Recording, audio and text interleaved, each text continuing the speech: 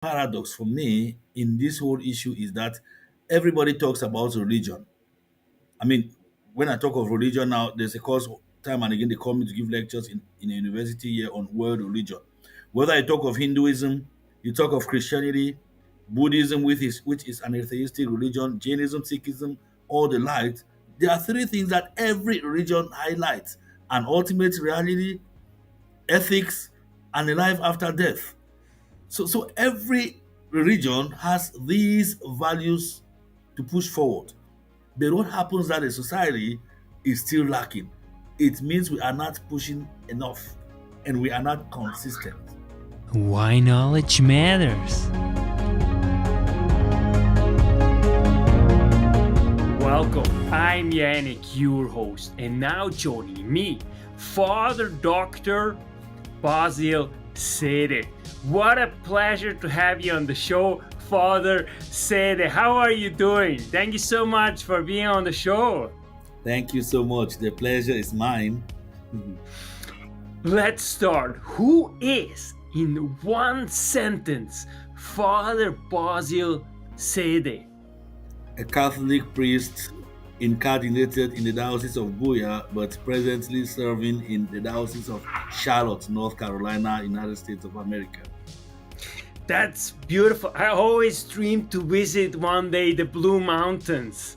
You know, it's so beautiful, so beautiful. What made you pursue theology and all the other degrees also in education that you have? What was it specifically in your childhood that led you on a path to the exploration of the biggest question? Honestly, as I tried to explain in my recent publication, uh, I got into the priesthood thanks to God's call because originally I never thought I could be a priest. I was born and I just went to school as ordinary people will get there. By the time I got to the end of middle school, it just happened in one coincidence that I found myself in the junior seminary. And before I realized, I was in the major seminary, and then I was ordained 25 years ago. And in the priesthood, further studies is not like your choice. The bishops decide. Maybe they realized that I had a passion for education. Maybe they realized that I had worked in most institutions of learning.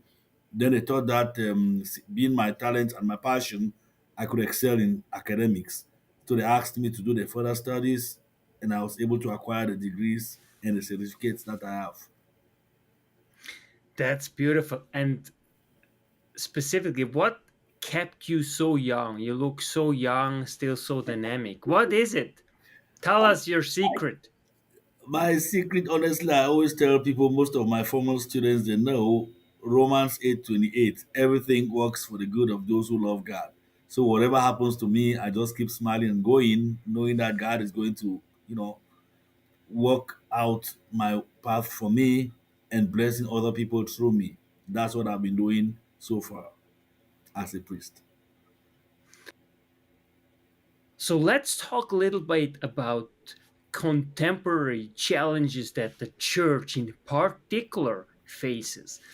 What how does today differ from 25 years ago when it comes to churches and really people who attend churches specifically in the United States?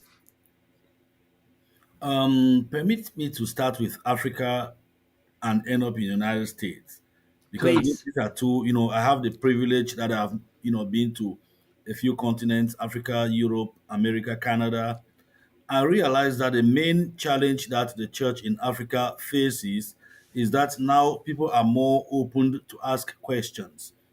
I always see what is happening in the church today in Africa as a microcosm of what is happening even in the government.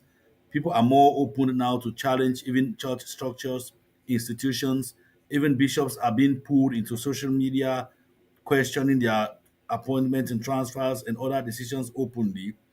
And then coming over to the United States, the challenges are different. The United States is more conservative.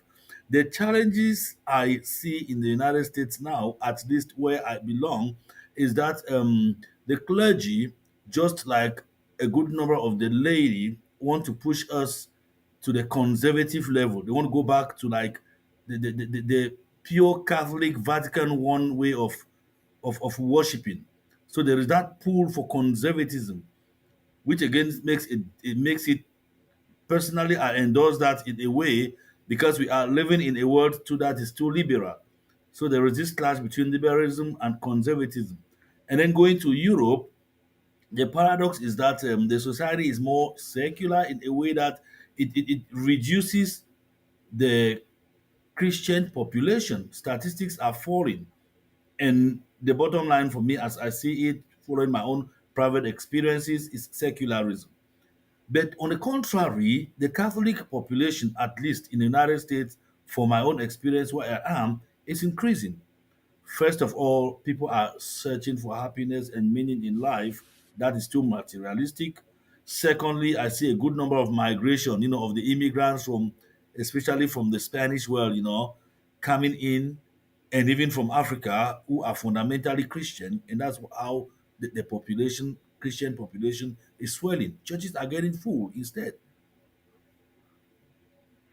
Also, touch a little bit on why the church should not necessarily just go with the flow, because obviously there are some progressive that say, well, we should follow the culture, right? But it's also dangerous, obviously, when you follow the culture, because people, they change with the different attitude and so on. But when you follow, let's say, a Christian God, you follow a God that is constant, right? So there are certain specific things that you'll never ever change. So touch a little bit more on these challenges today and how it influences your practice, when it comes engaging with your community in general in the United States. Yeah, I want to look at it from again, from the dimension of being liberal or being conservative. Most often, when people ask me, "Are you a liberal or a conservative?" I say, "I'm a Christian." Because at the end of the day, it doesn't matter whether you are liberal or conservative, in as much as we follow the dictates of Christ, which the church preaches. And that's where I endorse Vatican II, which we adapt things according to our culture, but at the same time making the biblical culture, the culture of Jesus Christ as the fundamental. That's why you see me, I always project my African culture, but at the end of the day, knowing that it must be informed and animated by Christian values. That's why with all the liberal things that are coming up, I ask myself, what does Jesus preach? In as much as Jesus Christ preaches reconciliation, in as much as he preaches mercy, forgiveness, he is also very firm about morality. And these are the moral values that, for me, the church should not compromise. I can sympathize with somebody whose nature is pulling him or her without out of the boundaries of Catholicism or Christianity, but at the same time, I'll make that person to understand that there is something wrong and you've got to adjust. That's why I say it's not a matter of being liberal or conservative, but it's a matter of being Christian, biblically founded on Christ Himself and principles of Christ. Do you personally see a danger for society in general when you see a decrease in, for example, in Christians, let's say, for example, in Europe, that it's very obvious, right? It's very secular. I see Yeah. it, for example, in Switzerland, extremely secular. Although evangelicals, churches actually, they attract more and more people, whereas the Catholicism, struggles, especially in Switzerland, where churches are more and more empty, and for good or bad reasons, you have mainly elderly people, which is great, but there is a lack of younger people who actually go and enjoy, the church. I have often encouraged, especially the mainstream Christians, the elderly Christians, to keep going. It is really interesting that Jesus Christ came like alone and then got 12 people. And from those 12 people, the number kept increasing. Look at the number of Christians we have today. So imagine that these Christians we have today, even if the numbers have reduced, the few that we have, if they just start pushing the values out there. First of all, we got to realize that in Europe, even um, reproduction is an issue, family planning is an issue. So the population generally is reducing. Families are narrower than they used to be. But with the two or three children that I have, for example, I mean that or that somebody have, if we ensure that these three children are baptized, are brought into the faith, then the trend will continue. But the paradox and the difficulty is that with secularism, it is difficult because people just start following other avenues. But personally, my conviction is that Christianity is a vocation. It is Jesus himself calling people. That's why some theologians talk about a vocation to be born, a vocation to be a Christian, and a vocation to either be a priest or a married person. They look at everything in line of a vocation.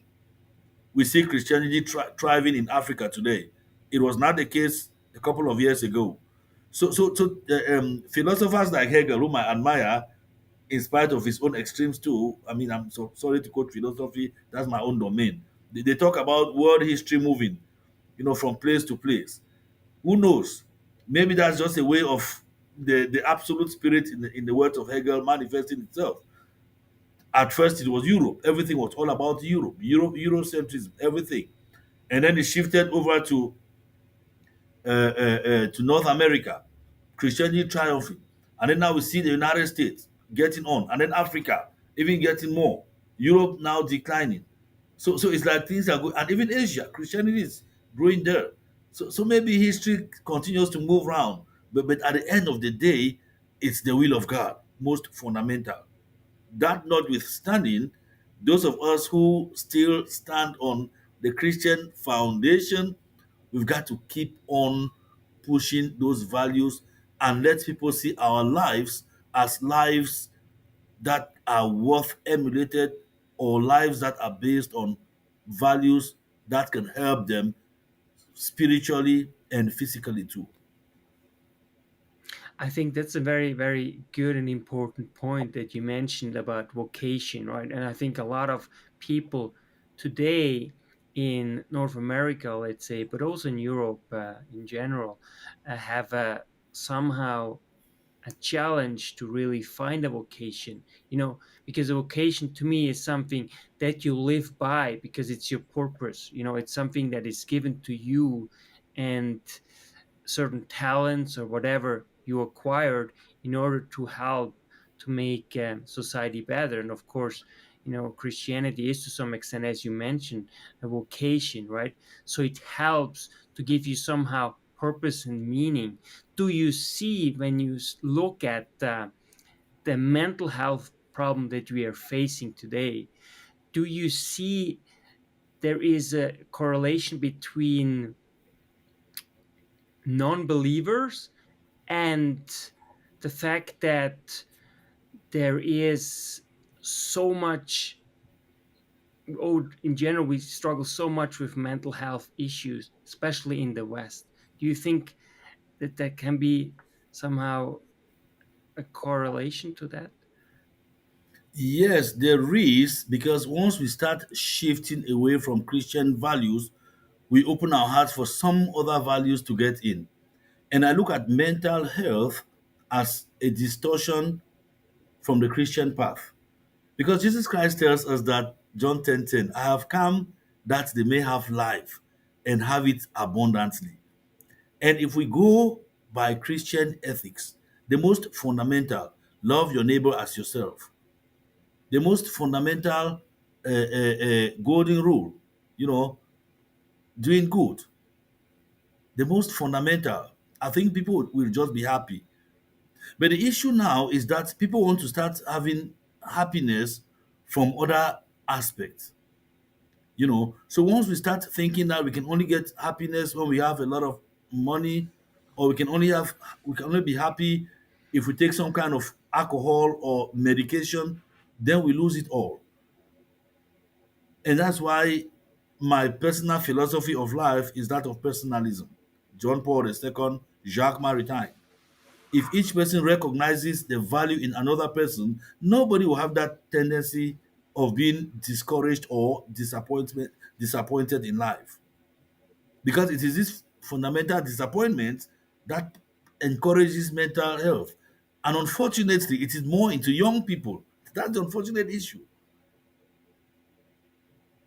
Yeah, it's really difficult, and I think especially for the young people, with social media, there is just this prevalence of so many things that just collide with one another, and also the challenge that parents, themselves lose somehow the hold on their children, because they are more and more, they are oriented towards peer, right? It's like peer Yeah, orientation yeah, instead of having an anchor like parents who help them guide, make good choices.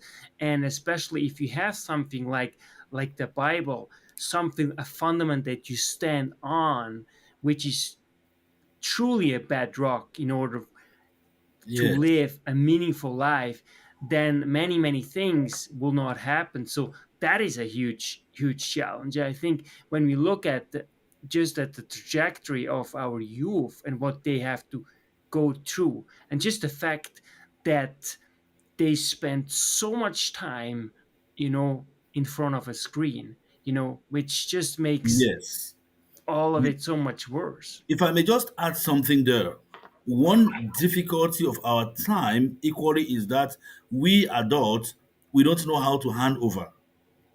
We have completely shifted the concept of tradition. Tradition, tradere, means to hand over to the previous generation. Now, philosophers talk of postmodernism. This is our present generation. They call it postmodern generation. A generation that they don't have any value for history.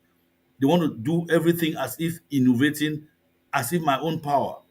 But on the contrary, I used to tell people, my father, for example, did not push me into the priesthood.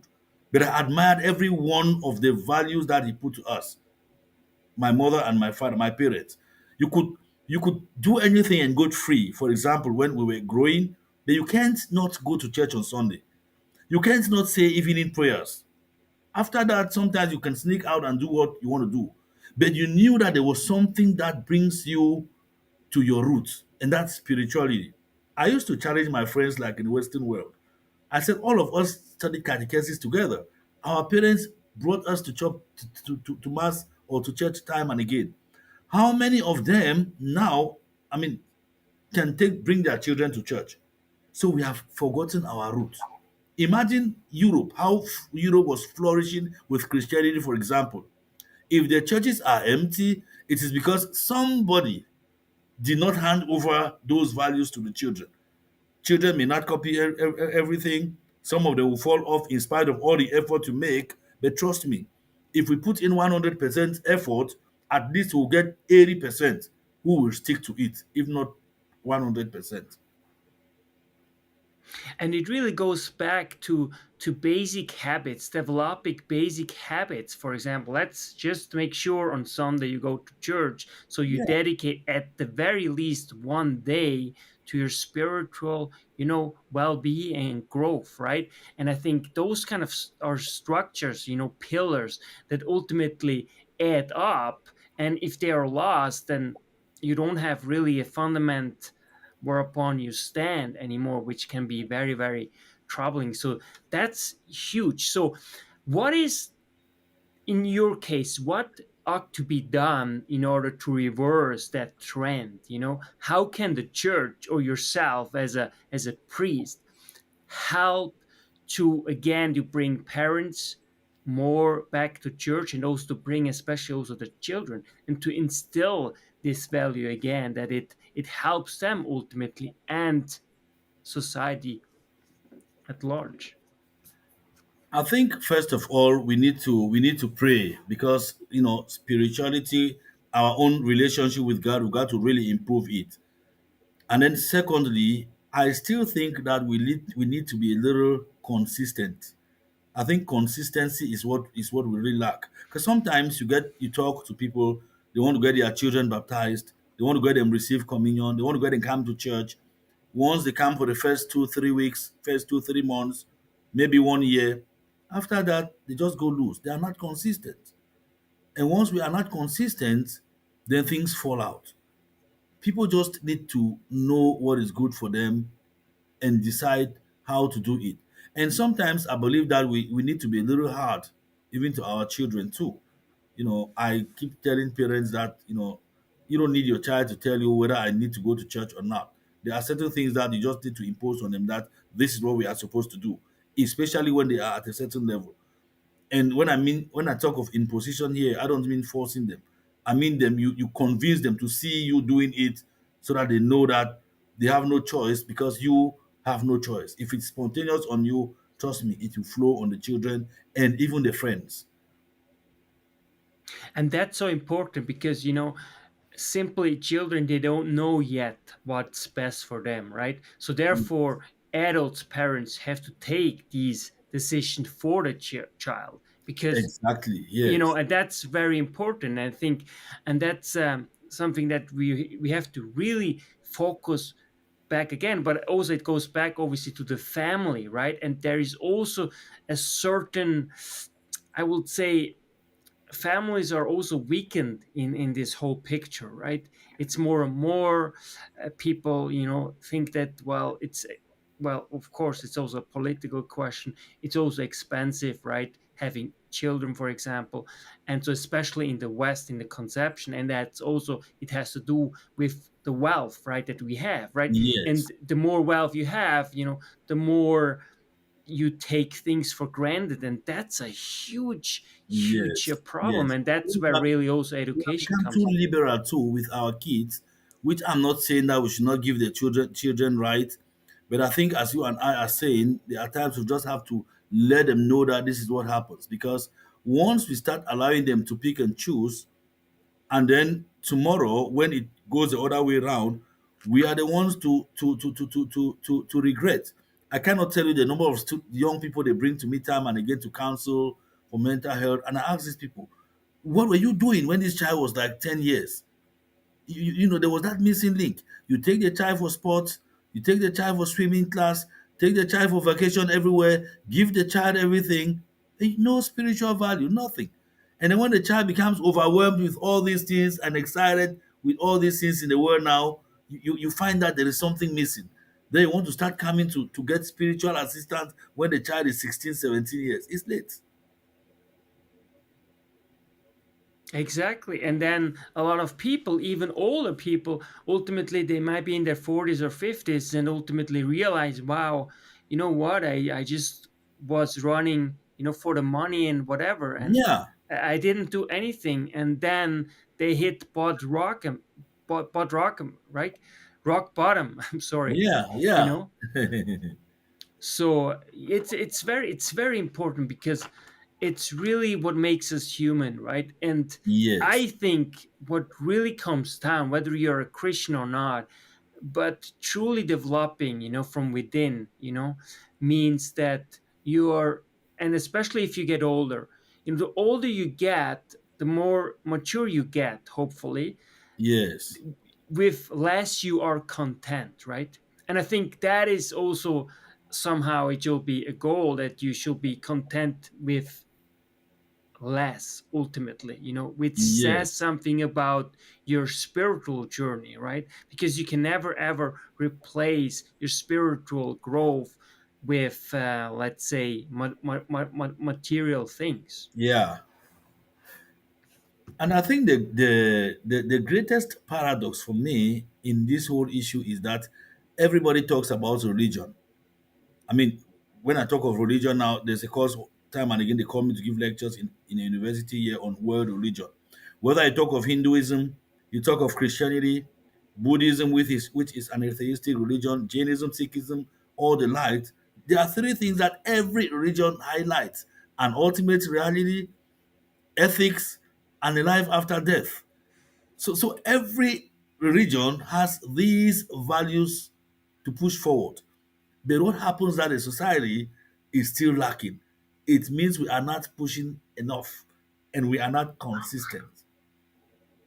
Absolutely. And I think this is so important because culture is all based ultimately on religion. Okay, that Yes, was culture is a very new concept, actually. yes, That at the very, very backbone of humanity has always been religion. And as you yes, mentioned, you go to all the major religions, and if you just apply 10% of what they're actually preaching, oh my god, the world will be very, the very world will be different. better. Yeah, So it's really beautiful, and it's so important that you also do this job, because for you, especially as a Catholic priest, you really had to make a bold decision. Okay, that means you will never ever have a family, like a wife and kids. So how did this unfold, that you ultimately made this very choice in life? That was a big, big choice. yeah. You mean the choice of getting into the Of priesthood? Exactly. So just walk us quickly through how you ultimately decided to go into priesthood. Yes, honestly, as I told you, I got my Jubilee publication, The Strange Option, The Global Journey of an African Priest in Our Contemporary World. I'm trying to explain my story. When I was a kid, I was born in 1970. In my neighborhood, we had a church. European priests were like the priest there. So we looked at the priesthood as a strange option. Because first, priests unmarried, as you said, and they used to live around the graveyard in excluded area, so it was strange for somebody even to imagine how the priests live. But as we were growing, I started seeing African priests now coming up. And then my parents were devout Catholics. My elder brother was a person at some point wanted to be a priest. He became an altar server, and my parents gave him some favors. Then at some point, I thought I could also be an altar server. I could declare that I'll be a priest so that I could get some privileges at home like my elder brother.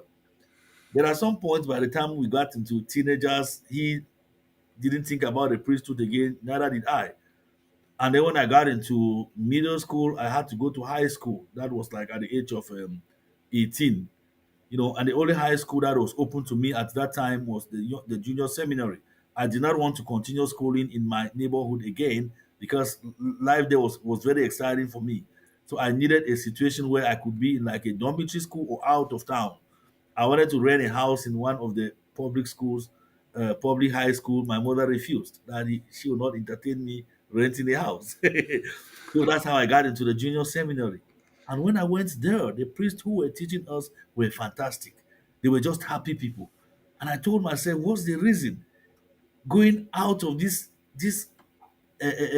type of vocation when I see people? So if I'm a priest, I'll be as happy and free as these other people, just attending to others, making others to be happy. Because whenever they came around, there was just joy and happiness.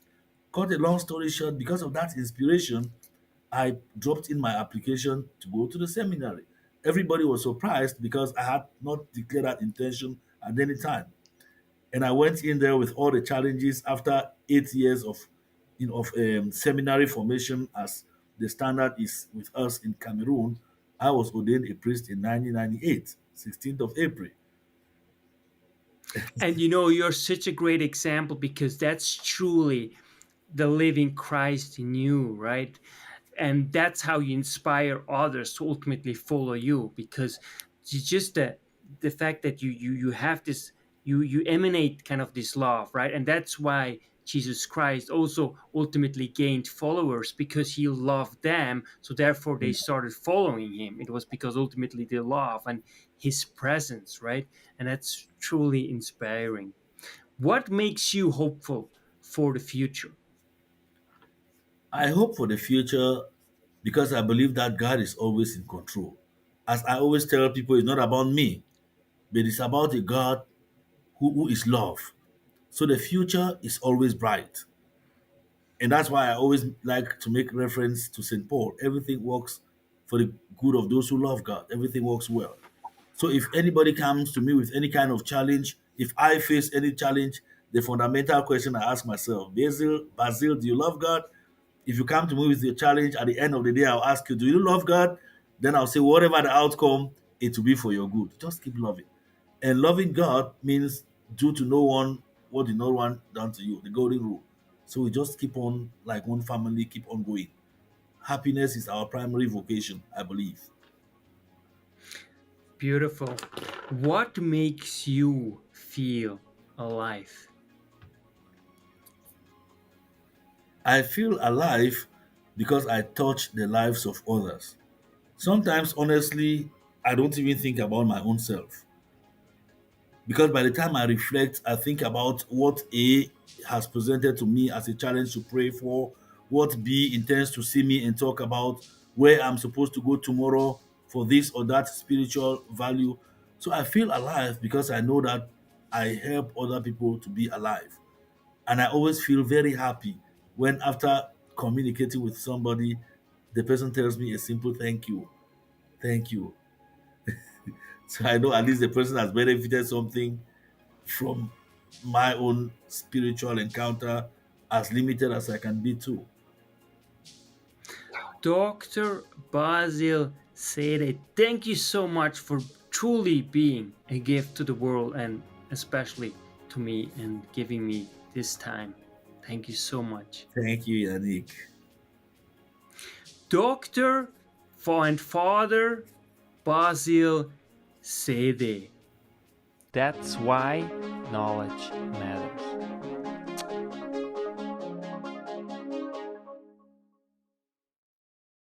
Make your life a masterpiece. Visit now programs.d-ykm.com.